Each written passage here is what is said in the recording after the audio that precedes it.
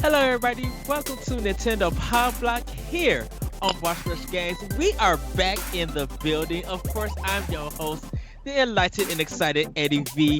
Joining me, of course, is the crew, the indie insider himself, Mr. Dan Murphy. How's everybody doing tonight? Good. The devastating dungeoneer himself, Mr. David Laxby. Happy New Year, everybody. In a gallivanting Galatard, Mr. Jacob Taylor. What's going on, everybody? Gallivanting. Ooh. I always love the first time I hear an Ed nickname. It's great. you don't know what to expect, and when it hits you hard. Yeah, I think it's always fun giving people nicknames and stuff to show how excited I am and show people that like, oh, I love when he like does nicknames. It's kind of a fun thing to be like, oh, this is this person's personality, or this is what they like, or and stuff like that. It's a I don't know. Well, it's to me. It's awesome. You bring the energy, Ed. Yeah, you do, man. And that's spot on. Galatrad is the otter knight, so gallivanting is wonderful. Yes. Well, everybody, welcome to New Year's. Hopefully, everyone had a great New Year. We were on break. We are rested up. We have been playing a lot of games, buying a lot of games, still discussing stuff about the Switch Pro, just having great discussions, talking about Hyrule Warriors, Coffee Talk, just a whole bunch of stuff that we've been talking about. But before we get into that, we're going to do some quick housekeeping. This is episode 227 of Nintendo Pow Block Podcast. Each and every week, we come together to talk about games and everything we love about them with our friends. You can join us live on Monday at 8:30 p.m. Eastern Time on twitch.tv/BossRushGames Live and be a part of the conversation. But if you can't join us live, no big deal. You can head over to youtube.com/BossRushGames and BossRushGames.com to watch the show or listen on your podcast service of choice. Remember to subscribe, follow, rate, and review wherever you consume us. It helps us out with discoverability, and check out our family of shows whenever you listen to your podcast. So, with all of that being out the way, how was everybody's Christmas and how was everybody's New Year's before we get into Snack-tendo? Dan, how was your New Year's and how was your Christmas? It was good. It was nice and relaxing. It was good to spend some time at home. My mom got the vaccination, so she came down for New Year's, which was fun. I hadn't seen her in a while. And yeah, it was nice and boring, and that's the way I like it. Oh, okay. What about you, Jacob? How was yours? Oh, man. I don't want to go too into it because I don't want to bring everything down, but through all of 2020, my work had successfully, a group of 75 to 100 people has successfully avoided COVID, and Monday before New Year's, we had our first case in the building, and they were immediately sent home. And now we have like 10 people out, and me and my roommate are not feeling great. So we're kind of like, oh no. So it's been a heck of a New Year's, a heck of a start to 2021. But I'm keeping myself positive. So Yes. David, what has your Christmas and New Year's been like? Just lots of time with my kids, catching up on my backlog of games. I finished a couple games, which felt really good, and got a chance to do some reading and writing and spend time with family. So it was great. It was needed for sure. Yes. For me, for my Christmas, I posted a whole bunch of Zelda stuff that I got for my nieces and my sister, and I literally almost cried.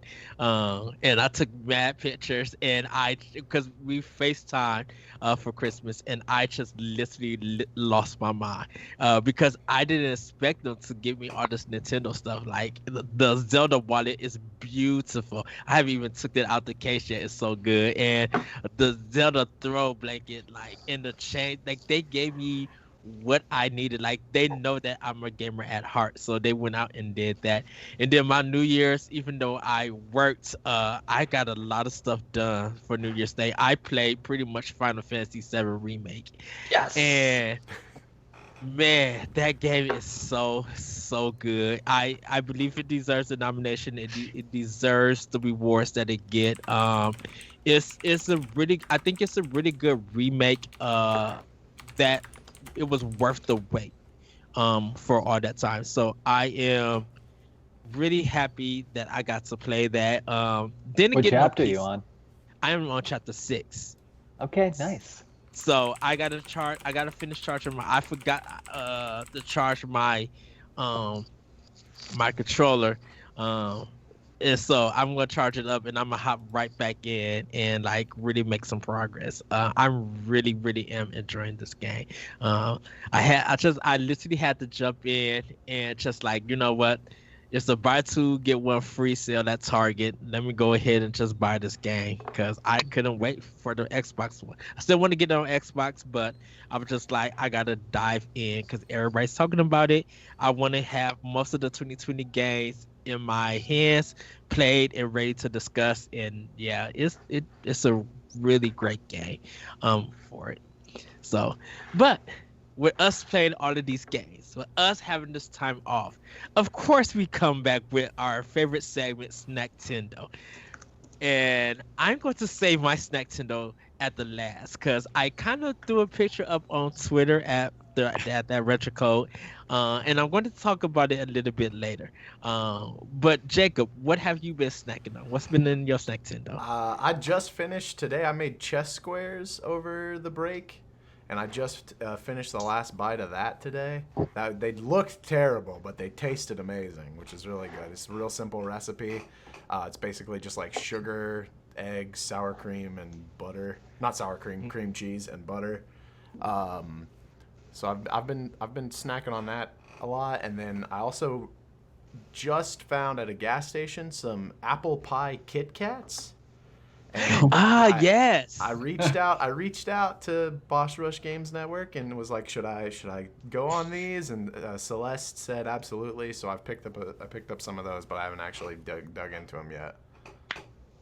They're really good. Have you tried the mocha and chocolate? I haven't. Kit Kat? I started looking for them on that episode that y'all were talking about them, and I haven't been able to find them at all. Normally, my gas stations just have like the typical Kit Kat.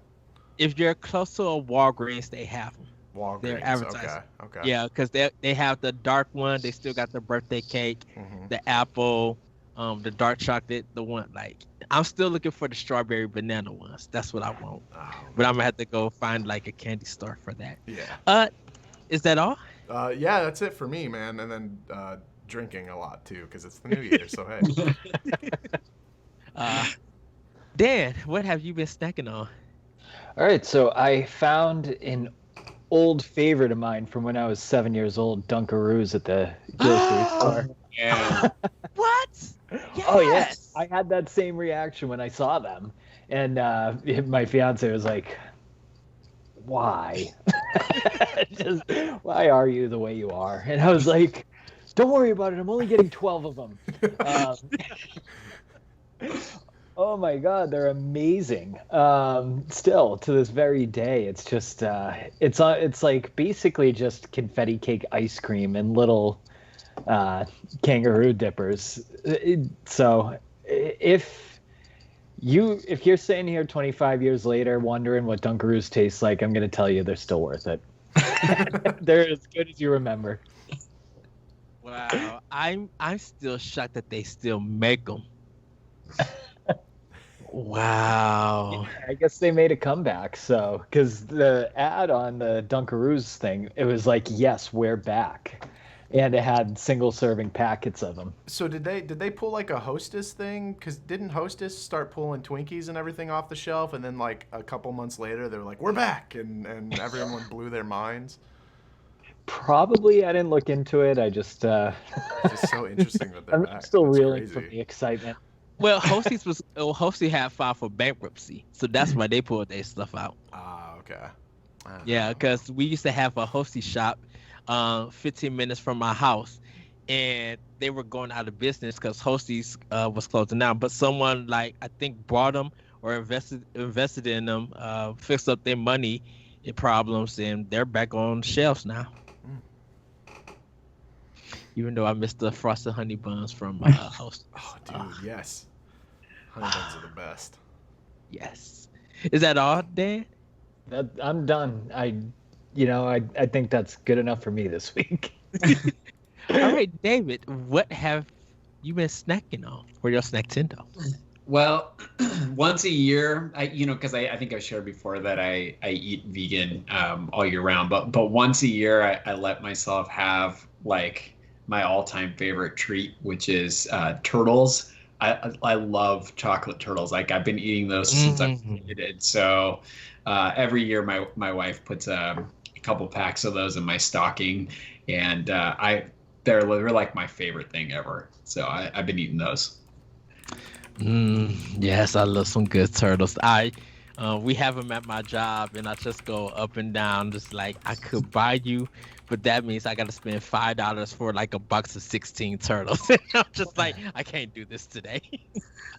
But I will get on you, David, because of you talking about dots. Oh, I have had 7 boxes of dots in the last 2 days. I couldn't stop eating them because our dots that we got in was like super fresh, and we got the big movie theater boxes, and we got like four for $4, and I was just like I want some. Were they regular or the tropical flavor? They were regular. I can't find the tropical ones. The regular are better, in my opinion. And if you get them when they're soft, that's gold for movies. Yeah, we got them like literally brand new, like fresh, still wrapped in a box. And I was just like, let me take 4 of these. The next day, I'm gonna take 3 of these, and they've been so good. So, but there has been a new Oreos one, brownie flavor Oreo, and this one it's like the Oreo with a brownie, the regular cream filling, and cookie dough filling, like for the cream, all wrapped into one. How do I say this? It's very chocolatey, but you cannot taste the brownie and you cannot taste the cookie dough. It's very weird. You can taste the Oreo cookie. You can't. The cream is off. The taste of it is just like, this is good. I tasted it with milk, and it feels like, no, this is not it. I think if they would have made the Oreo cookie a brownie flavor, it would have been good. It would have been great. This one, I say, unless you want to try it, go ahead. But I think it's a pass. It didn't meet my expectations of it being like a chocolate morsel. I thought it was going to be like gooey brownie that I could taste. And I thought the cookie dough would just be like, oh, I could taste this like nasty cookie dough kind of flavor. No, didn't. So it's in stores. It's a limited time. If you guys want to try it, I say you can. I say wait for a sale for it. Other than that, it's a pass. You can skip it.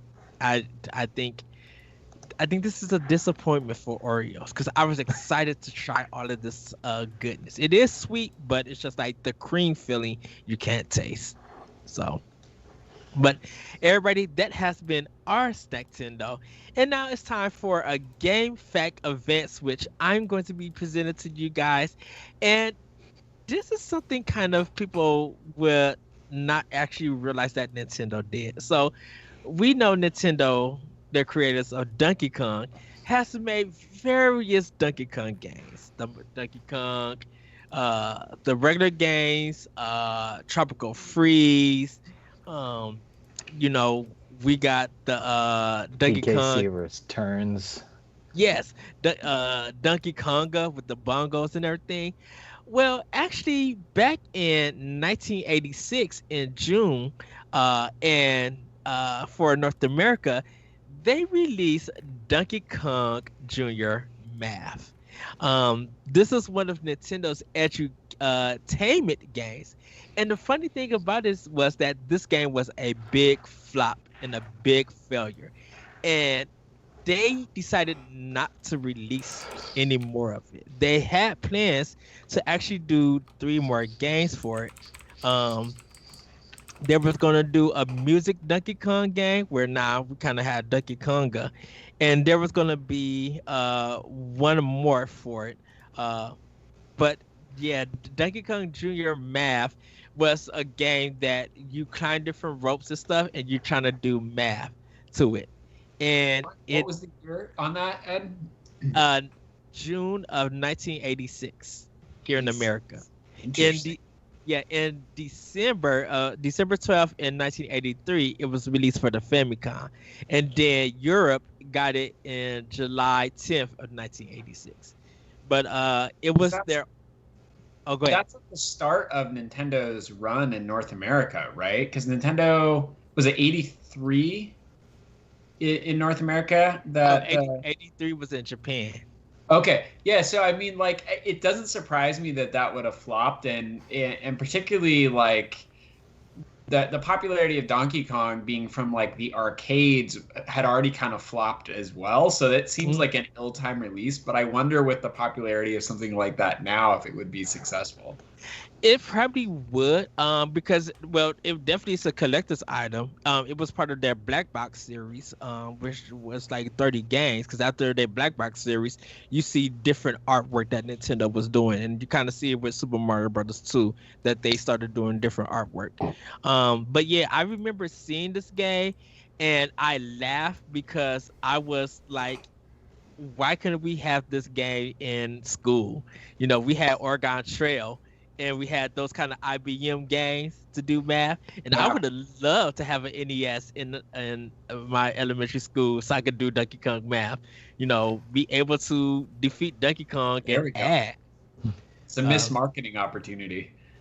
Yeah, and it's weird because the next kind of education game that they did was like Mario is Missing, and then we end up having Brain Age later on the DS and Wii.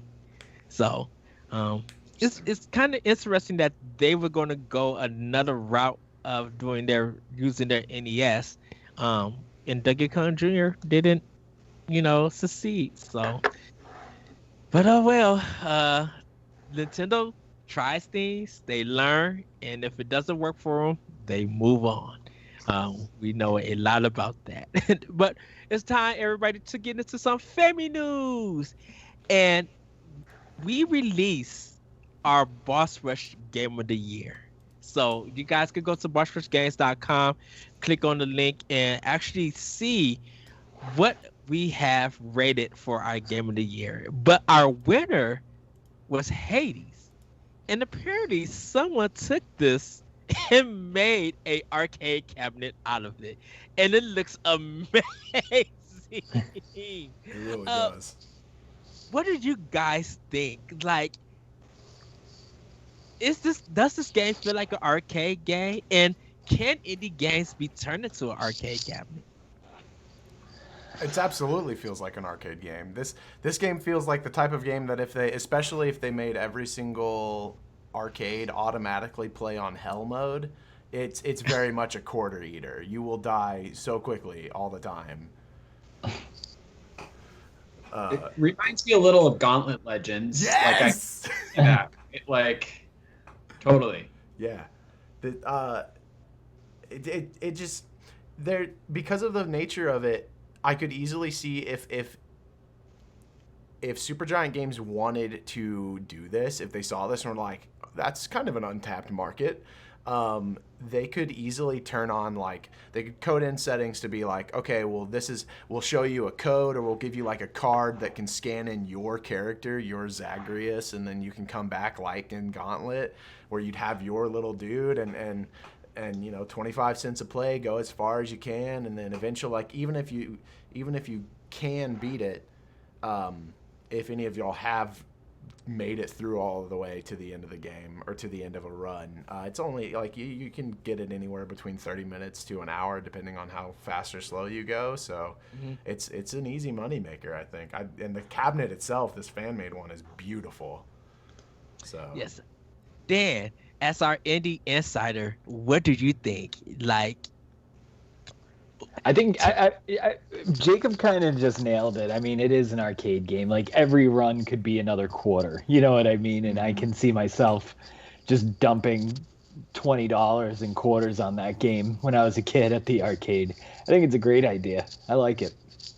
Did you guys think there's other indie games that's out there on Switch that could be arcade? Because I like Graceful Explosion Machine for me definitely is a straight arcade game. Like that definitely could be like turned into an arcade cabinet.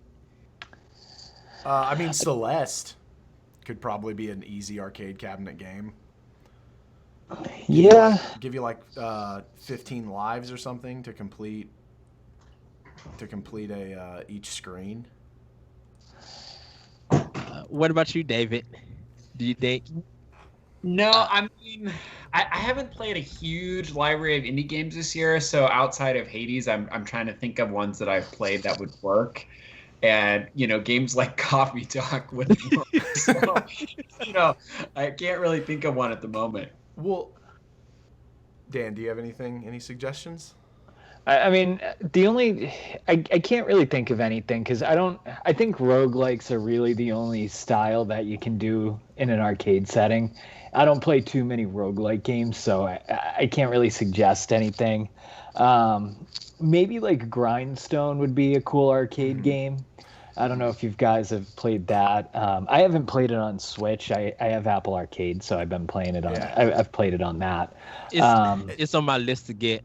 And there's I mean it's very much a mobile game, but like I could see that being in an arcade. But yeah, I mean, I think Hades is a great idea, and really, roguelike is kind of just such an arcade style game. So that's where my head's at. Or you could go into the. I'm sorry, I have a couple other things. Can I? Go ahead. If you could go into the realm of like 2-player arcade games like Shovel Knight and have that being an arcade, or you could look at Killer Queen Black, which was an arcade game and became a console game and a PC game, and like that. I don't know if y'all have seen that arcade cabinet, but that thing is awesome. Like it's massive. It's super cool. Oh, I love Killer Queen Black. Yeah, man. I heard about it that it was an arcade game, but did it ever come to the arcades, or was it just like an indie game that got turned into an arcade game? No, it started as an arcade game. Yeah. Interesting. I've never seen that. I've never seen an arcade cabinet for it. I'm gonna look at that. Yeah. The best arcade to console game ever, in my opinion, is Ninja Turtles. It's not even close. Which one? Turtles in Time or the arcade game for NES? Turtles in Time for me. Turtles in Time for me. They're both good, but yeah, I'd probably go with that too.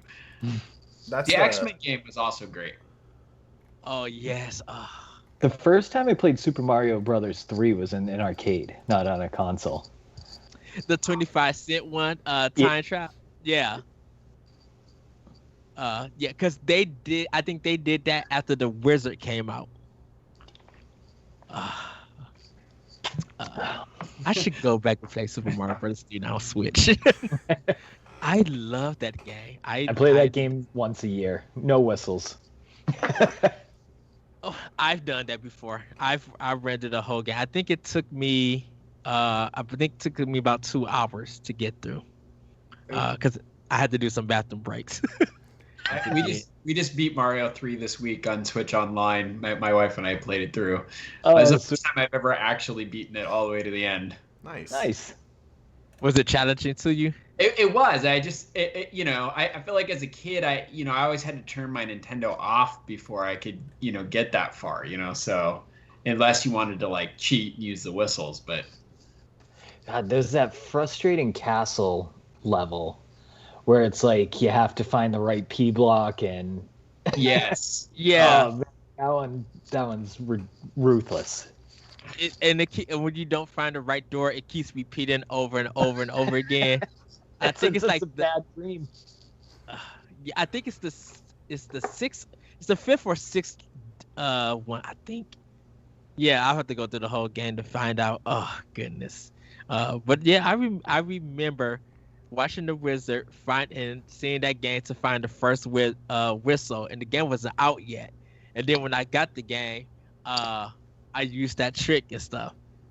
But then I actually went back and played the whole thing. Had you guys ever did that? Like games that you did a cheat that you cheated in, or did a cheat code for that you actually played it the way that it was intended?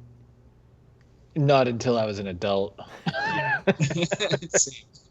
Because I did that for Sonic 1 and Sonic 2. I actually played all the levels, got all the emeralds, and played it the way that it was supposed to. Because they had Yeah, Sonic, I did that as well, actually. I Well, didn't know there was cheats for Sonic. Yeah, did you use like Game Genie or something? Like, how did you no. cheat on? So in the music select in Sonic 1 and Sonic 2, there's a music thing that you will put in a sequence, and you will hear a sound and it will unlock, and you got to select any level that you want to. Oh, wow. I Oh, never knew that. wild. Yeah. So I ended up doing that. But I was just like, you know what? I want to play all these levels in this game and see how far I could get. And I've done that. Even in, well, not so much Bionic Commando because I don't think there was a cheat thing, but I did Bionic Commando all in one sitting. And that game is trying to play that game without having an instruction manual, not knowing really what to do. That is challenging.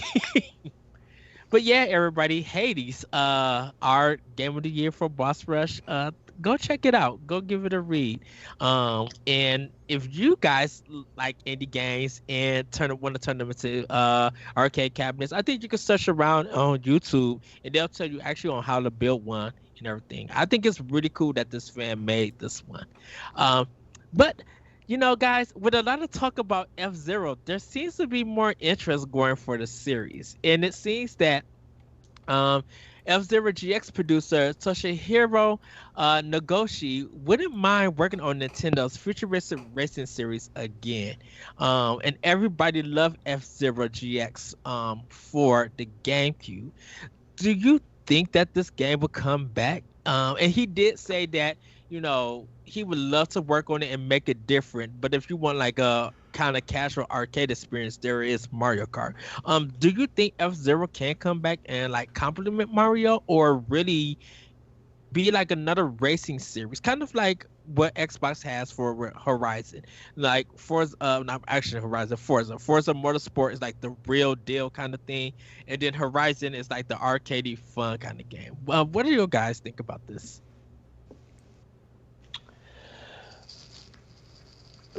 For this one, I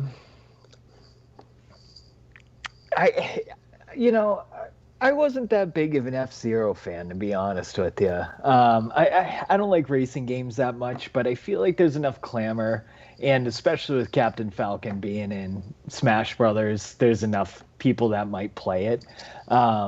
So I don't really have an opinion on F-Zero.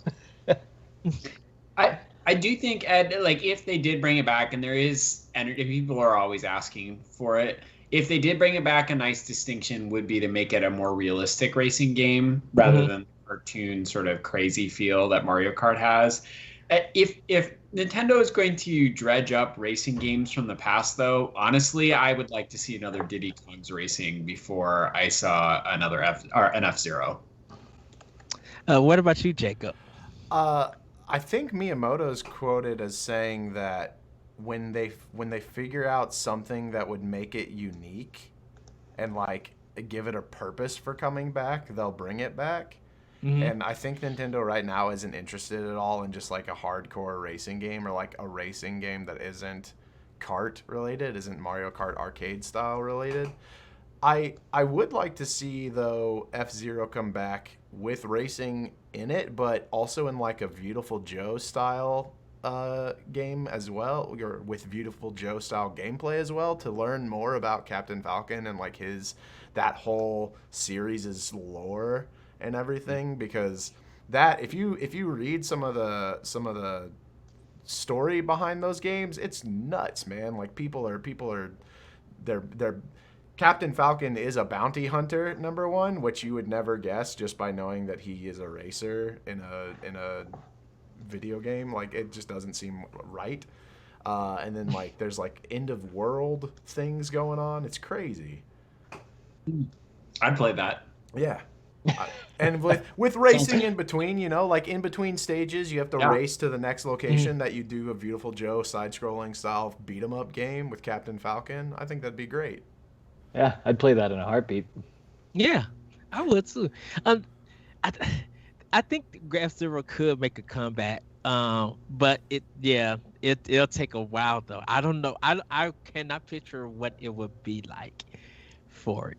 But before we get into our Doc Bowl, we got a little Nintendo DX news kind of right here. Kanye West could have been working with Nintendo. What?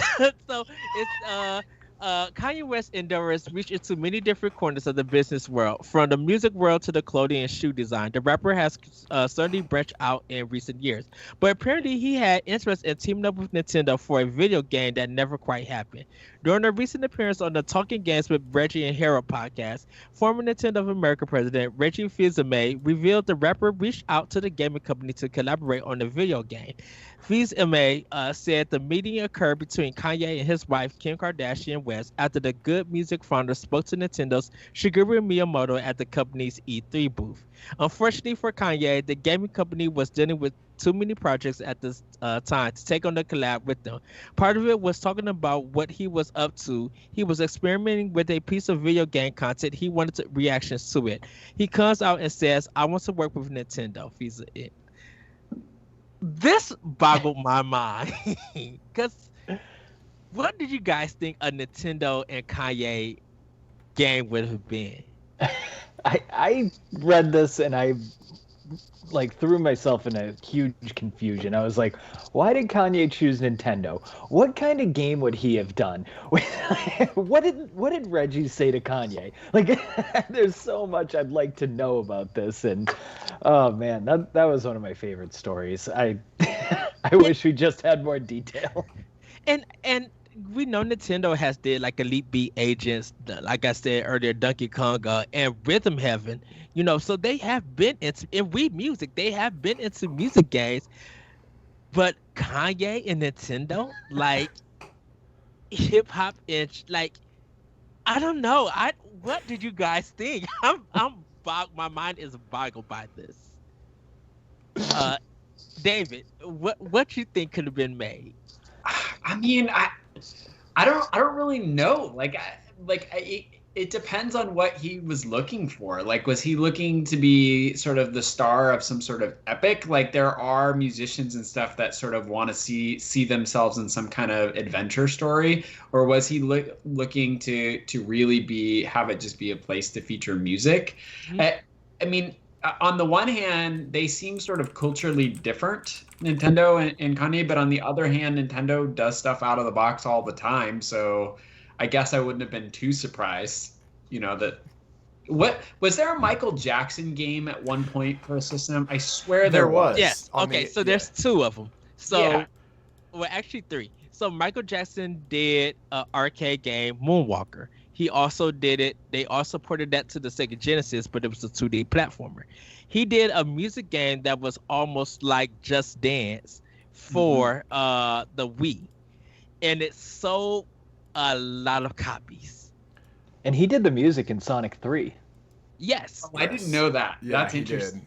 Yeah, and like he somehow still owns the rights for it, so that's why we haven't seen Sonic 3 on like any other platform since the Sega Genesis. Yeah. So and the music is amazing in that game, by the way. Yes. That's like my favorite boss music ever is the final boss in that. Yeah, and he's in the Dreamcast version of Space Channel 5. So, yeah.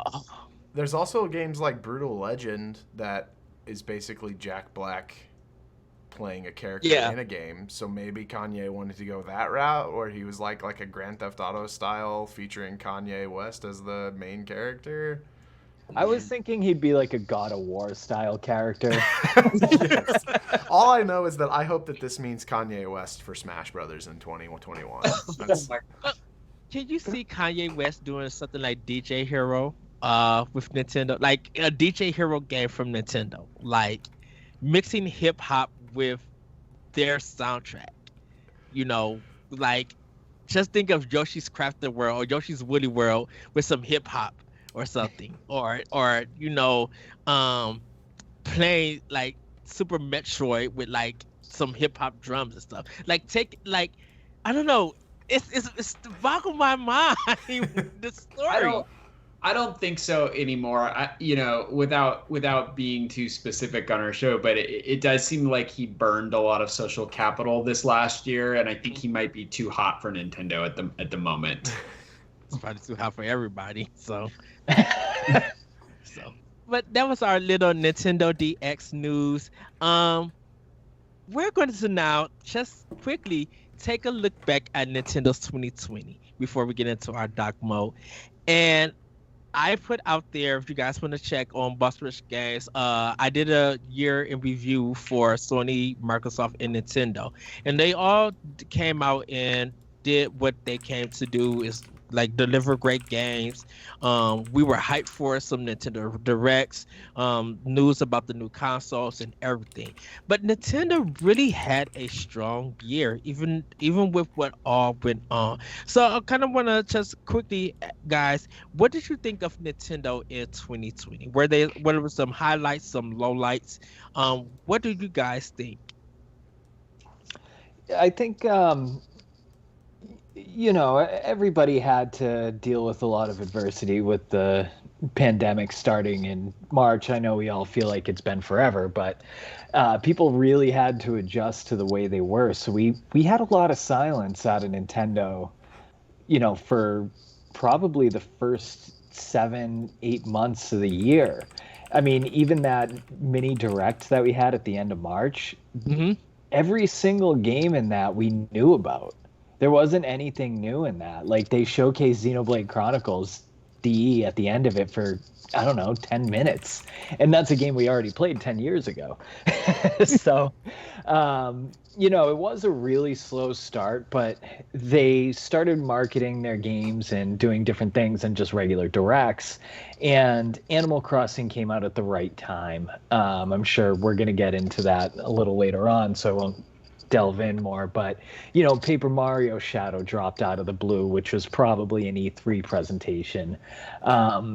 We did get 3D All-Stars, we did get Pikmin, we got Clubhouse Games, which so many people I know love but don't just don't talk about it. Nintendo did have a pretty good year. They kept us entertained. I wouldn't say it's probably one of their weaker years in the Switch era, but it still had some good stuff, and they gave us a few more ports to really twist the dagger in the Wii U. Right. Jacob, what did you think of Nintendo's 2020? I mean, I thought it was a fairly slow year. I thought they did what they could with everything that was going on. But it's Nintendo has a very common practice of having like a super great year and then a lull year, and they push out like the Yoshis and the Kirbys and the games that get a lot of praise but aren't the best, aren't the top tier Zelda, Mario, Metroid. But this year I think was supposed to be a lot bigger than it was, and I think COVID just really knocked it out for them. But overall, I think they recovered really well. I think maybe to most people's detriment, but to Nintendo's favor, I think staying quiet and the lack of Nintendo Directs in 2020 did them a good solid, because everyone was talking about them every single week. Like, there was never a week when people weren't talking about Nintendo in the gaming community because they were so quiet. And then they just did stuff like, hey, here's Paper Mario, it's coming out in a month. And and that's kind of how it was for the whole thing, for their whole year. But I think we got quite a few gems from them overall, though. All right, David, how do you think of Nintendo's 2020? I mean, I think they had a great year. If we're looking at it from a fan perspective, I get that it was a little disappointing that it felt like there was nothing for 7 months of the year, and then all of a sudden there was just a flood of stuff. But from their business side of things, like they just dominated the whole year with console sales and game sales. And so they didn't really need to do more than what they did because what they were doing was working, right? Animal Crossing was a force, to be reckoned with, which we'll talk about later. But they also supported a lot of their long-standing franchises like Smash Brothers with the Fighters Pass, collaborating, across platforms and with companies, like bringing, celebrating Fortnite and Splatoon. Yeah, Splatoon, right? They keep doing Splatoon tournaments. They even pumped up ARMS in the middle of the summer too. Right. So, I feel like Nintendo did what they needed to do to move consoles. I would say that the one place that I found myself surprised and a little bit disappointed is I actually didn't think Mario 35 was as big as it could have been. And I know that we got a lot of Mario content, but for the 35th anniversary of, one of the most important games in video game history, like it was a little underwhelming. And I hope that what Jacob said is true, that it's largely because of COVID and maybe more was planned, because it makes me a little bit nervous for Zelda 35, which is this year. Because traditionally Nintendo has always paid more respects to Mario than to Zelda. And so if they did, a couple games and some celebration, what does that mean for Zelda 35? So that's kind of where I've been at with this year. Yeah, with the Mario 35th, what popped in my mind is I think they probably would have did like a tour, like or something to celebrate at Best Buy or GameStop, to make it feel bigger and stuff. Be like, if you go in, with your Switch, you could download this special thing for this game or something like that. I think with COVID, they had to reduce it and they couldn't really do much. The 35th could have been bigger. Then they probably had like Mario Odyssey ready to announce, but I think their actual 35th is not to next year or anything. We get a lot of anniversaries coming up. I think it's Zelda, Pokemon, Metroid and Donkey Kong. Mm-hmm. I think all those anniversaries are coming up next year. So, I mean, even if they do what they did for Mario 35th, like with all four of those games, it'll be a big year for them. Yeah. For me, I think Nintendo brought consistency. We had pretty much about 9 to 10 games, even whether they were ports or there were new titles, they had something for new Switch owners and existing Switch owners. Ring Fit Adventure just like flew off the shelf, and for months that game kept selling. It was out of stock, just the way like Animal Crossing was. How big that did, it ended with 22 some million by the end of last 26. year. 26 million at the end of 2020. That's big for one franchise. I think that's probably the biggest in selling of Animal Crossing, and it's still selling. That's how crazy it is. We got some. Yeah, they changed the mini directs, but they made the best out of it. There was going to be something. Whether you didn't like all the games, there was something to take away from it. Hades, Spiritfarer, the Final Fantasy saga, Coleco, the wholesome games and stuff. Like there was I think with Switch they had a lot to deliver. Paper Mario, Clubhouse games, Xenoblade Chronicles. Like this collection is beautiful. I forgot to show you guys, but I have the Ori collection that I got from Iron 8-Bit. And I haven't taken it out or anything, but when they announced that Ori 2 was coming to Switch, they put both physical games of Ori 1 and Ori 2 on physical copies. Ed, that's a good to relate. I mean, not so much with Ori, but just in that consistency that you said, like Nintendo really allowed their indies to pop this year. In place of where a lot of major titles would have come out, and they did bring that consistent experience. And their third parties too, didn't they have like 2 or 3 third party directs, which Nintendo is notorious for not supporting third party or having third party support, and this year they really let that shine a lot as well.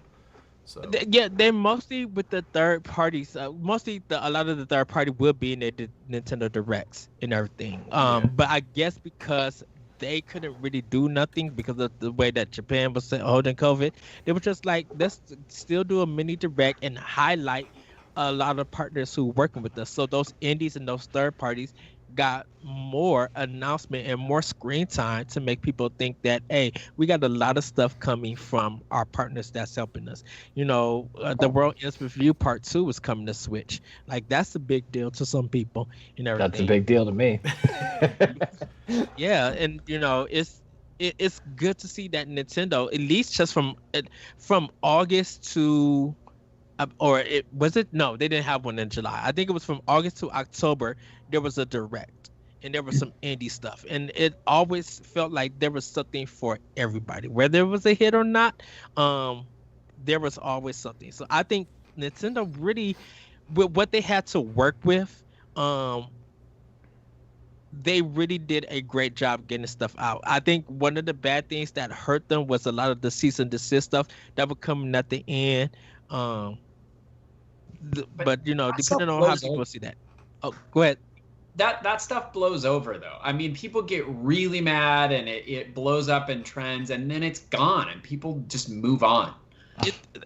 The free Malay thing is kind of over. Feel like it's over with after Sephiroth got announced. Yeah, and people are just getting annoyed with it too. yeah. So, but I think Nintendo, I believe they got a strong year coming in 2021. There's still expectations, hype for a Switch Pro. We will see in 2 more months. I'm just saying that. Some people believe it's in March when all these anniversaries are coming out. I don't think it's happening anytime soon. But, if it does happen, it's going to be a strong thing for Nintendo for that to happen. But everybody, that is our just a little talk about Nintendo's 2020. Is there any anticipation for any games that's coming out for this year? Monster Hunter Rise. Yes. I'm a huge. I already Monster got my. Hunter fan. I am Nicholas. looking forward to 3D World so badly because I didn't have a Wii U. Yeah. I didn't get to play it. Oh, it's so good. It's so And I love Bravely Default, so I'm excited for that as well.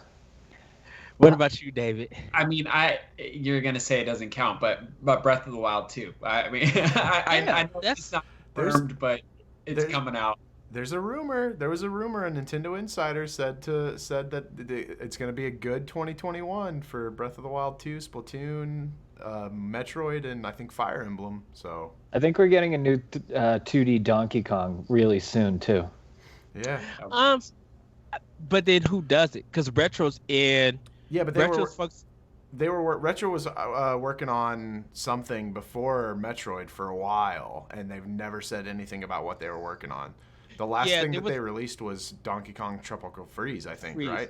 Yeah. Right, Yeah. and they have been working on original IP, but Nintendo told them to shelve it so they could work on Donkey Kong and then work on Metroid. So maybe I think we're getting that Donkey Kong announcement soon too. I read somewhere. We'll probably know about it within the next couple weeks. Are we ready for another Donkey Kong? Yeah, Oh, yeah. absolutely. I've been like eyeing Tropical Freeze on the Switch because I want to play Donkey Kong so badly, but I'm like, no, I've already played it on the Wii U. I don't need to buy it again. You know what? I'm excited for Pokemon Snap. I never got a chance to play that, and I really want to play when it comes out on Switch. I don't have interest in Snap. I didn't on N64. I never played it, so maybe I don't know. Maybe that's why I want to play because I didn't get a chance, and I'm like, I want to see what this is all about. Give it a fair shot and stuff. And I know, David, we was talking earlier about some Hyrule Warriors DLC that could possibly happen. If that comes out, I'm probably just going to end up paying for it. Like, I don't know when it's going to be released. I'm just going to, if Nintendo just said that, hey, we got a the mini direct coming. We'll be talking about Hyrule Warriors DLC and our good friend Stealth on Twitter. He posted that they're having a meeting in February 1st in Japan. So we'll know some numbers about Switch sales, and we might know some new information about some games and possibility that DLC for Zelda. Do you I'm guys ready. think Animal Crossing is going to overtake Mario Kart? Absolutely. Because they're going to release the sales on February 1st. Yeah, absolutely. Yep. Oh, and Mario Kart Home Circuit, which you guys go to watchforgames.com, read David's review. It's fantastic. You guys are going to love it. Really, give that It thing. was really, really good. is. I that was probably the best look at Mario Kart Home Circuit I think I've read yet. So definitely check that out. Thank you guys. Yes. So it is that time for Nintendo Pow Block's Game of the Year. What is going to be winning a Pow Block? Who knows? But we are going to come with 5 games. Sorry about that. We're going to come with 5 games and 3 honorable mentions. So let's get our honorable mentions out the way first. Dan, what is your 3 honorable mentions? Okay, so I threw in a couple of indie games here that were released on other systems before 2020, but they came to Switch in 2020. So honorable mentions. I hate to do this to you, Ed. I'm throwing it out of the way first. Paper Mario is an honorable mention. Super Mario 3D All Stars, honorable mention. Pikmin 3, that one really hurt to leave out of the top 5. And then for my indie games, I did Kunai, Evergate, and Nexomon Extinction. Okay, let's see. Kunai, Evergate. And what was the other one? It's called Nexomon Extinction. Oh, Nexomon. I still have that on my Switch, and I need to start that. I really like it because I don't like Pokemon just because it's so easy and just kind of, I don't know, I found it boring. And this was like the Pokemon game I've always wanted to play. So the writing was really, it's really fun and it's good writing too. So that kept me into it as well. All right, Jacob, what is your list for So- honorable mentions? Your 3 honorable mentions. I cheated a little bit with my honorable mentions. I picked 3 games that I either wanted to play more of or just play in general. And mine actually are Catherine Full Body from Atlas on the Switch that released on July 7th. I played all of Catherine on the Xbox 360 when it came out originally. That game is an amazing puzzle game if you haven't played it yourself. It is a little raunchy, but it's a great game to just zone out with and play through the story, and it really captivates you too. Bubble Bobble for Friends. Loved playing Bubble Bobble with my brother and sister, and saw this come out, and immediately texted them and was like, guys, I have something exciting for Christmas, and then COVID happened. So didn't even bother picking that one up. And then actually I also had Paper Mario because I never picked it up, but I really want to. That would be my 3rd honorable mention. Okay, that's fine. That is completely fine. David, what is your 3 honorable mentions? Well, I kind of bent the rules a little bit too. I picked games that are being like continually supported in 2020 by Nintendo, not just ones that came out in 2020. So my 3 honorable mentions are Paper Mario. Sorry. Ed is officially turned into the "this is fine" dog meme. Yeah. I have a lot of thoughts on the battle system, but another time. The other honorable mention, Smash Bros. With their Fighters Pass, I thought was one that I kept finding myself coming back to, and then Super Mario 3D All Stars. Okay, so Mario 3D All Stars. Okay, so my honorable mentions. You guys ready for this? This is so Are there funny. 50? No, there's not 50, but you guys are going to like literally laugh at this. So my honorable mentions is Paper Mario: The Origami King. Oh, what are you talking Wow. about? You've been saying it's Game of the Year across every platform. and The reason why I put Paper Mario the Origami King is because it's in our boss rush as collector, so I put it there. Um, my next one is Hades, and my last one is Foregone. Those are my honorable mentions for this. So yeah, when everybody said Paper Mario, I was just like, oh, they're gonna be in for a shock. And you know what? I'm shocked. I'm more shocked because I didn't expect anyone to put Paper Mario in honorable mentions besides me. I don't understand how you thought it was the game of the year for all three platforms, and then today it's your honorable mention. Like You want to know because yourself.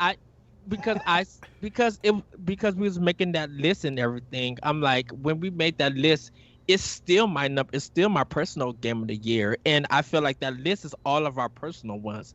But for this show, I didn't want to reiterate what I've already made as a list. I feel like there are a lot of games that are equivalent to Paper Mario or a little bit lesser, but they still need some spotlight. They still need some recommendation and recognition. So that's why I put Paper Mario into it for honorable mention.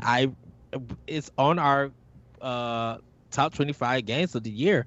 So I'm just like, hey, for it to be on Power Block, that's a great thing. Honorable mention is still a great game. It's still, Yeah.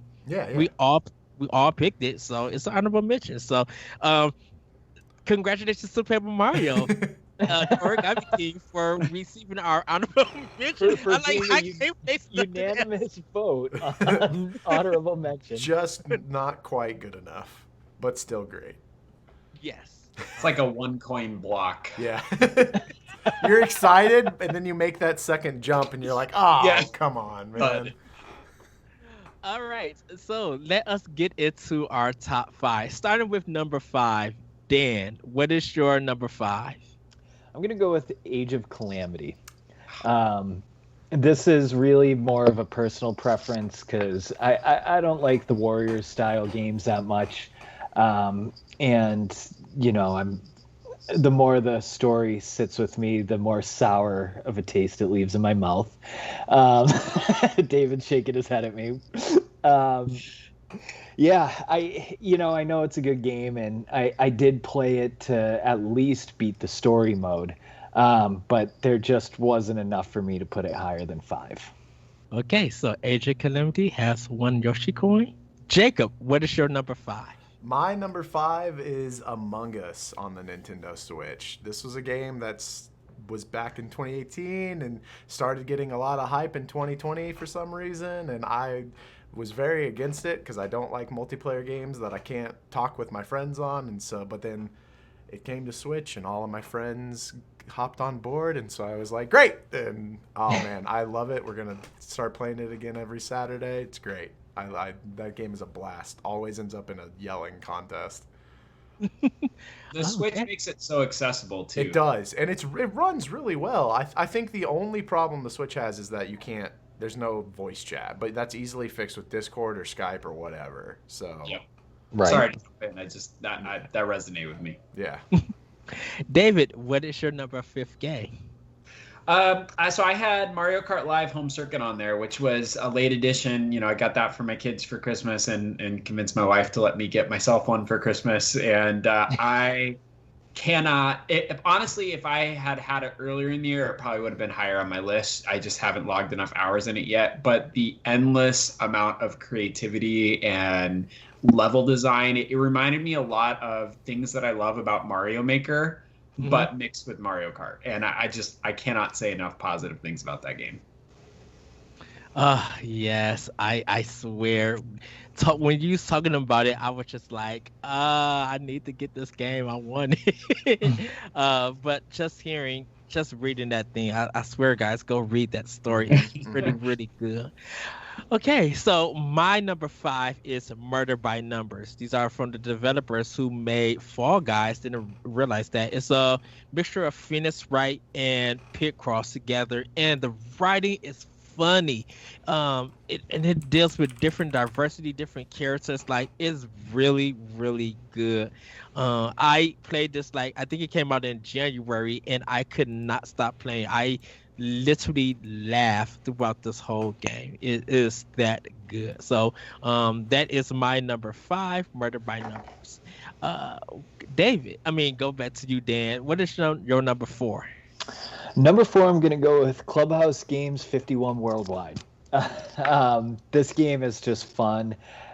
This is a year that another game on my top list finally got my fiance to pick up a video game controller for the first time in her lifetime. So this was actually the second or third game we played together, and we actually play it a lot. And even when I like sit down and watch movies, or when I want to unwind, I play Mahjong, or I've played chess with my friends online.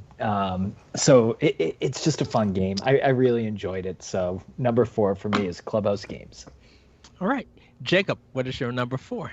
Well, you stole it right out from under me. My number 4 is Murdered by Numbers. I'm a big Sudoku, big Picross fan. So, and then saw that, and you're absolutely right. It is cute as heck and just keeps you laughing and wanting to go through the story more and more, and has great puzzles in it as well, great Picross puzzles in it as well. So that is my number 4. Yes. David, what is your number 4? Number 4 for me is Coffee Talk. It is everything that I think video games as art are capable of, and beautiful visual novel. Takes place at a coffee shop in Seattle, which is where I spent my college years, at a coffee shop in Seattle. So it really hit home for me, and I just love it so much. Are you gonna be happy for this, David? Coffee Talk is my number 4 also. Yes. The writing, the music, the characters, hearing their story, just like, and I don't know if you finished it yet. I did. I finished it. Yeah. Okay, so just to give you guys head up, we are doing Talk the Walk for Coffee Talk. We're going to be doing it in the near future, so you guys want to tune in. Man, I literally felt for a lot of the characters, especially the dad and the daughter. The music, that and the two different races or 2 different monsters being together. I can't say no more. If you have not played Coffee Talk, wherever it's available, play it on Switch, Xbox Live. I think it might be on PlayStation 4. If not, play it on PC. Like, really play that game. It's beautiful. Oh, it's so good. And of course, making coffee and everything. I'm so ready. Because our idea for Coffee Talk, I mean, for Talk the Walk, is when we do Coffee Talk, we all have our different kind of coffees. And I know you like yours black, but I'm gonna have my Dunkin' Donuts ready to go. And if you have played Coffee Talk, Celeste, who's a regular on Nintendo Pow Block, just interviewed the developer, and that's on our Boss Rush podcast as well. So check that out. I can't wait to listen to that. I just finished the game this week, so I'm gonna go listen to that. Nice. All right, Dan, back to you. What is your number 3? I'm going to go with Hades. You can't say enough about this game. I remember the Indie Direct in August when it showcased Hades, and it just looked really cool. The character design, the level design, the artwork, even aside from how thirsty the gods are. It's it's just really, really cool artwork. It's the first roguelike that actually got me to play it. It's more approachable than most roguelikes, and it's just fun. I recommend it to anybody to play this game. Yes. Jacob, what is your number 3? My number 3 is Animal Crossing New Horizons, the game that saved 2020 to most people. That game reached a whole new level of bringing communities together, from gamers to even non-gamers who were running out and picking up Switches so that they could visit their friend in a silly game on a Nintendo system and run around museums. I mean, I remember reading there's still companies that will like make a themed island around their brand. There's people that will be like, oh, I am from a museum. I work at a museum. I'll walk you through and like give you a guided tour on all the stuff in the museum and like that. It's just Animal Crossing at its finest. It's so relaxing to play. I play it every single day. But number 3. Yes. David, what is your number 3? I might get some flack for this, but Fortnite is actually my number three. The Marvel season this year was just so awesome. I grew up reading comic books, and to get to play some of my favorite characters like Daredevil, and the way that Nintendo, early in the year partnered with Fortnite, and they had the Fortnite Switch console, and just it was just cool. I don't know, I didn't get that console, but I loved it. Being able to play Fortnite on the go it was good. I haven't played Fortnite. So is Fortnite new to Switch in 2020, or is No. it like there's It's been different around. updates? There's like, just like Smash Brothers has fighter passes, there's like battle passes on the Epic Games sells with Fortnite and Rocket League and their other games that they have. And the particular theme over the summer was Marvel. In fact, they produced this like digital comic book. Epic Games did, like, with these famous comic book characters like Galactus coming to the Fortnite world, and you got to read a page of the comic each day, and it was awesome. And my son loved it. He went out to the bookstore afterwards and bought some comics, and it was just really cool. That's awesome. Yeah, that's fine, David. You good for Fortnite. So my number 3 is Streets of Rage 4. Nice. The art, this game is so good. And you talking about the thirst in Hades, Adam Adam just looks, Adam is the young for me. Sorry, let me keep it professional for the kids. It's a great beat 'em up, great like combo system. The music is banging. It's a good one. It's not as good as Streets of Rage 2 soundtrack, 'cause that game is just like a perfect 10, Streets of Rage 2. But Streets of Rage 4 is a great, once you like learn the combo system and everything, it's really, really good. They have some patches up. There's a lot of unlockables to it. I got the game digitally on Switch, and I got my physical copy from the No Limited Run. And I keep eyeing it on Xbox because I really want to play with other people with this game. And if anyone is up to it, I'll buy it on Xbox or PS4 and like do some online, because this game is so good. So Streets of Rage 4 is my third pick. So back to you, Dan. What is your number 2? My number 2 is Xenoblade Chronicles DE. I love this game. The music is great. The worlds are great. The story is phenomenal. The battle system, it's a little easy, but there's customization that you get with characters towards the end of the game that really keeps you engaged. I love all the side quests. I love the NPCs. It's just a phenomenal game. So if you haven't played Xenoblade Chronicles DE, go out and play it. I sunk about 180 hours into it and don't regret any of it. I'm grinding in it. I'm in the grinding phase of this game. Like, I haven't even did the first dungeon yet. I'm just trying to get stronger so I could go in and do it. See, this one, you don't really need to grind that hard, because towards the end of the game, you get enough experience to kind of build you up, and you grind towards the end of the game. Whereas the beginning, you can really kind of just enjoy the environments. But man, the music is so good. Like, you spend so much time, because like in Guar Plain, for example, which is one of the first areas, it's like this huge map, and you're just spending so much time running around and doing all these side quests and finding different monsters and stuff. And the music, like, it's just so good, and you want to keep listening to it.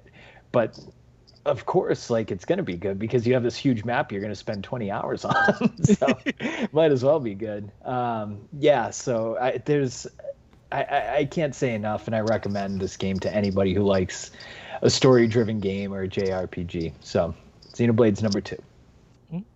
All right. Jacob, what is your number 2? My number 2 is Hades. That game, full disclosure, just because I feel like I have to, Supergiant actually sent me a copy of that game, but that game grabbed hold of me like, I think the last time a game did that was Super Mario Galaxy, where when I wasn't playing Hades, I was thinking about playing Hades. I was talking to my other friends who were playing Hades. I am working on a review for Hades. I'm still playing it. not so much daily anymore, but like I still hop in and just like, let's see how far we can get through the underworld. That game has a beautiful Supergiant Games is fantastic. They know Yes. exactly how to make games. That they have an amazing team and are so deserving of all the awards they got for Hades and all their other games. But Hades has a beautiful ebb and flow to the combat system where everything feels like it happened. It's something you could control. When you get hit, it doesn't feel unfair. It feels like, well, if I wasn't button mashing here, if I was just paying a little bit more attention, I could have dodged this, I could have hit this, I could have whatever. And then the story of it all is, and the replayability of it all with their I forget, the packs of punishment. Just, man, that game goes on for hours and it's still fun.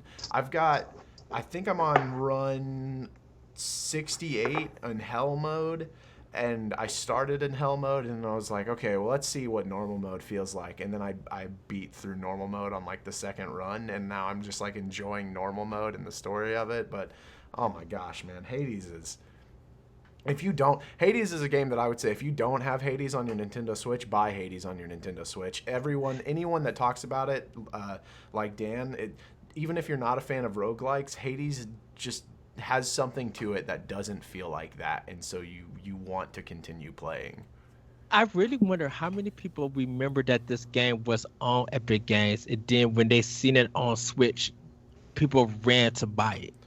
Because it felt like no one didn't run to pick this early access game up on Epic, but they seen the artwork, the trailer on Switch, and they were just like, this looks cool, I'll buy it. And then it's just roll.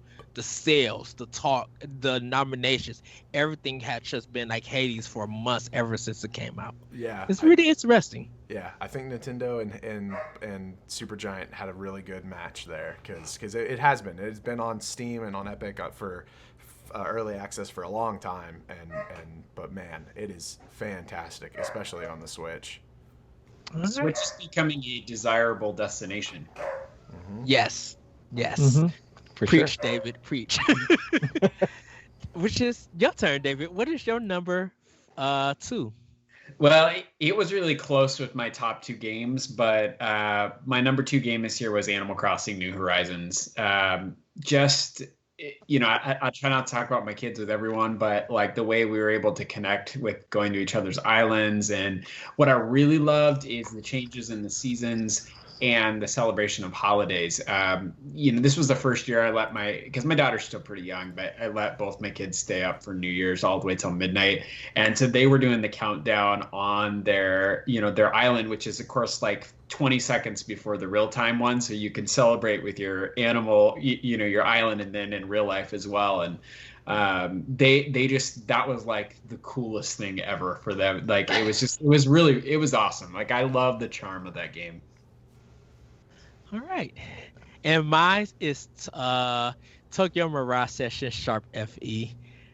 Oh my goodness. I'm so happy that I've been wanting this game to come out for Switch because it didn't get the justice that it deserved on Wii U. The music, the artwork, the characters, the grind, the fighting. Like, of course, this is Persona meets Fire Emblem. And it was actually a different game before it actually came out. But yeah, the music, the soundtrack in this game, I literally wanted to buy. When it was shown the trailer, I wanted to buy the soundtrack even before the game came out. Like, it's so good. And of course the game is subtitled and everybody's speaking in Japanese. It's just a beautiful, fun game. And when it came to Switch, when Target opened up, I was kind of at the door waiting for them to put it out to buy this game. Like, I was right there, be like, I need Tokyo Mirage Session FE. You guys got that in this ad. I need you to find it, and I need to buy it. It's like a run home. So Tokyo Mirage Session FE Sharp FE is my number 2 game. Now, everybody, what is going to be our number 1 game? Dan, what is your number 1 game? I guess mine's predictable. It's going to be Animal Crossing. I mean, we said it earlier in the show. It's sold 26 million units since March. Dropped at the right time. It got people who don't play video games to buy Switches. My fiance picked up a video game controller for the first time to play Animal Crossing with me, and now we have this beautiful island we can show off to our friends from home. It was a really fun way to connect with people at a time that it was really hard, really confusing, and really scary for a lot of us. So just with the cultural sensation of it and the time it came out was just perfect, and how it really helped people through a hard time. If this was a different year, maybe Animal Crossing wouldn't be my number one, but just to see so much positivity around a game and to see a game bring so many different people. I mean, we're talking people from the ages of 8 to 50 who all love different things. This game made them smile, and it left a positive impact on them. So it's impossible for me to put anything else at number one. All right. Jacob, what is your number one game? I think I want to partner. I think I want to partner with David on this a little bit, because my number one game for for 2020 is Hyrule Warriors: Age of Calamity, baby. Woo! Oh man, that. Boo. Oh, I'm gonna. Oh, Dan, come on. I'm gonna let David go into a lot of it as well, but wow, that game is amazing, is fantastic. Just I was mentioning with Hades that I was thinking about it even when I wasn't playing it. That got tripled with Hyrule Warriors, and I did a 24-hour stream when it first came out. So I'd gotten 24 hours nonstop, and I was still like, I want to keep playing. I don't want to go to sleep. So just wow, that game's amazing. You have to play it. All right, David, what is your number one? Yeah, to the surprise of no one, Age of Calamity was also number one, and I gotta echo what Jacob said. You know, as a lifelong Zelda fan, I've playing since the original on my NES. Zelda games are already gonna, be a huge hype factor for me. And I know technically it's a Warriors game, but it's a Zelda game. And this game, not only did it live up to my expectations and my hype, but it actually exceeded it, which is just surprising for me because I felt like I was ready for a letdown because I had built this up so much. And I would be hard pressed to think of a story that hooked me more and engaged me more than this story. I just love this game.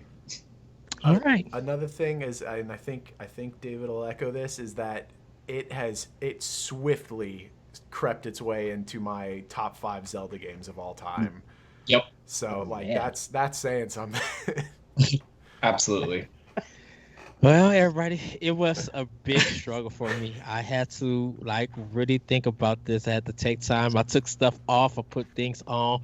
I kind of walked around. I had to think about this. I had to really just talk to myself to be like, is this the right game?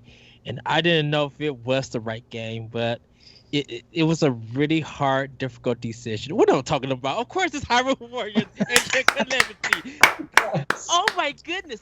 This game is addictive. The story, the soundtrack, the cutscenes, the voice acting, everything is just it was so good. I beat the game in 4 days. I've been talking to Dan, talking to David, talking to Jacob. We was just talking so many, and then talking to David about just the Lord of the Rings connections, the theories, connected it to Breath of the Wild too. I'm like, there's so many possibilities. Thinking about the DLC, just man, this game was an adventure.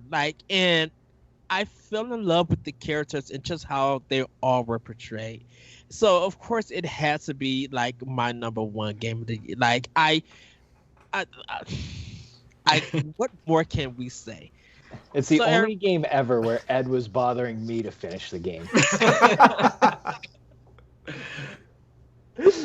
Because I love talking to you, Dan, Jacob, and David. I love talking to everybody about games, and I get hyped when there's someone loves a game or they're interested, even if they don't feel like it and it feels like I gotta defend it, I love that discussion about games. That's just me. And we're not done talking about it either. So. Exactly. That's right. So, I think I got to bring a shield to the to the spoiler cast we're gonna do, because I have some hot takes on this game. well, everybody, without a shadow of a doubt, Nintendo Power Block's Game of the Year with 16 Yoshi coins is Hyrule Warriors Age of Calamity. Congratulations to Nintendo and Kobe Tecmo on being our Game of the Year for Nintendo Power Block. It really was close. Animal Crossing could have took this. Like, if I would have put Animal Crossing as one of the things, it probably could have won and been in tie with Hyrule Warriors. But everybody, we have a great list. Clubhouse Games, Hades, Xenoblade, Animal Crossing, Among Us, Murder by Numbers, Mario Kart Home, Coffee Talk, Fortnite, Streets of Rage 4, and Tokyo Mirage Session. Even our honorable missions: Paper Mario, Super Mario 3D, Pikmin 3, Kanai, Evergate, Nexomon, Captain, Bubble Bobble Friends, Smash Brothers, and just and the stuff that I already said. We really had a great year in gaming. So once again, congratulations to Hyrule Warriors Age of Calamity for being our 2020 Game of the Year for Power Block. With that, everybody, we're going to get into some quick plugs because that is the end of the show. Jacob, where can we find you?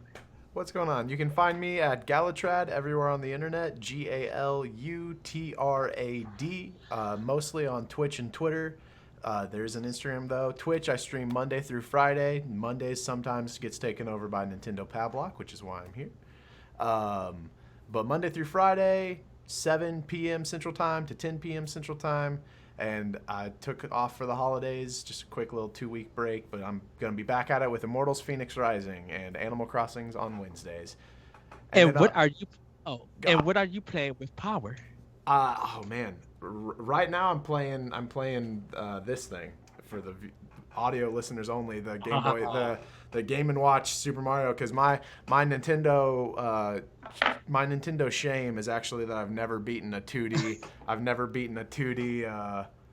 Mario game before, so I'm like chugging away at those because I'm just not good at them at all. And then I also wanted to mention that I do also stream on Saturdays, and I believe we're going to start making this a kind of a boss rush thing of a community game night. I stream just games with friends, and I like to get viewers from chat in there as well, so be looking forward to that coming up in the future too. Yes. Dan, where can we find you? You can find me on Twitter at DCDM99, and check out an interview I just did with the composer of Evergate, Mike Miller. That's also on the Boss Rush podcast expansion pass. Yes. And what are you playing with Power? So I am really nothing new. I'm still playing Ni no Kuni, the Wrath of the White Witch. I've pretty much been playing that exclusively. It's...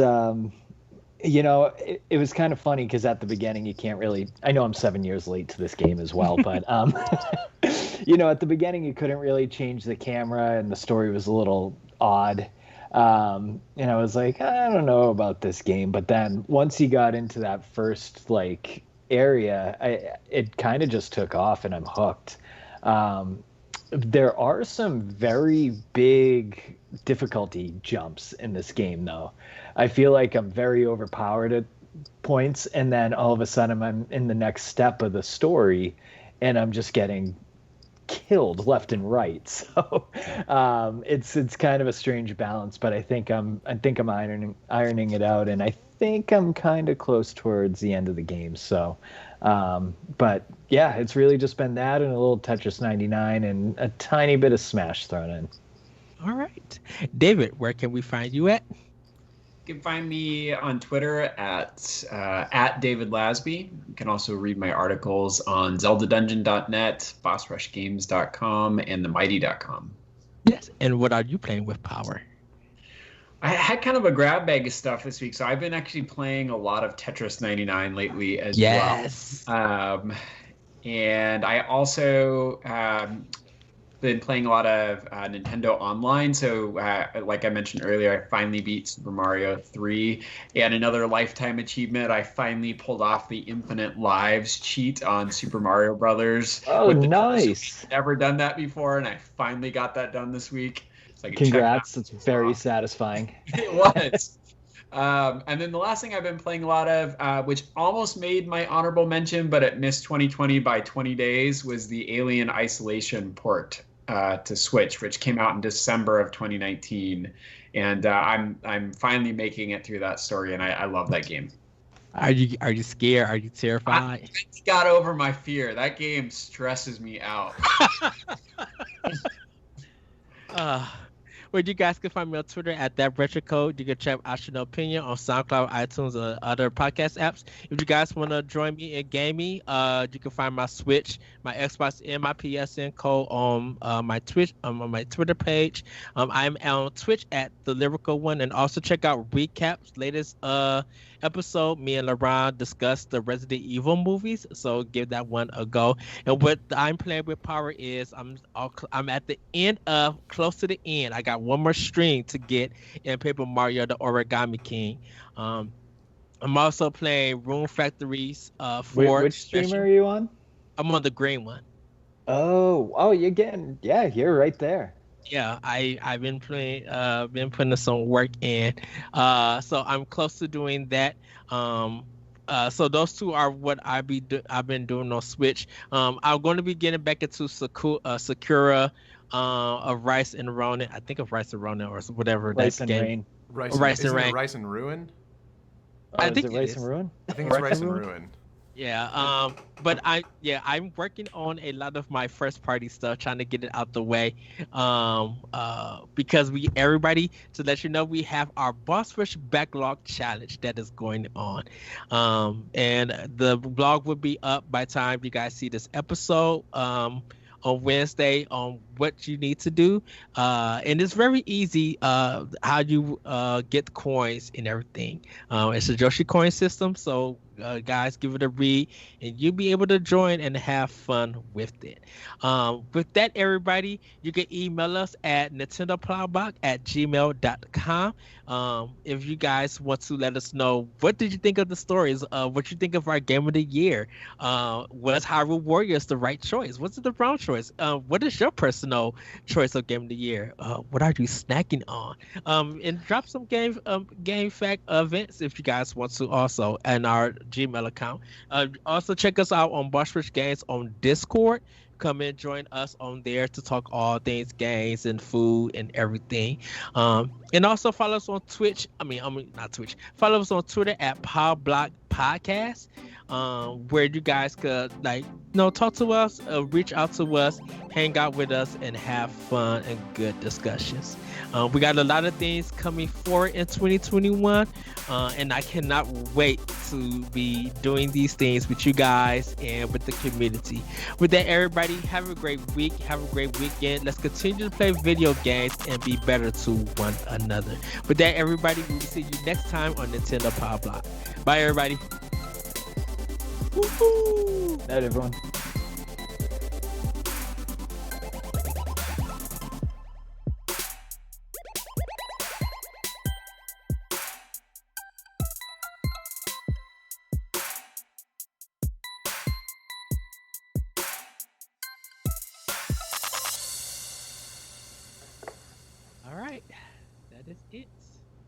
That was a great show. Yeah, that was a good one. Shout out real quick. Shout out to Strictly Casual Official for rating with 15 viewers, and thanks to the 7 viewers who are sticking around. So, hope you all enjoyed the show. Nice. Excellent. Just want to build up a little bit good. I want to improvise build up for Hyrule Warriors. Oh, that was fantastic, Ed. Oh, man. I can't believe all you guys gave that number one. Ed didn't even give Animal Crossing an honorable mention. No. He hated it, apparently. No, I didn't. I was being fair to Animal. Oh. Oh. You muted. Angie's muted. Muted, Ed. You've hit your word limit, Ed. Nobody wants to hear his explanation of Animal Crossing getting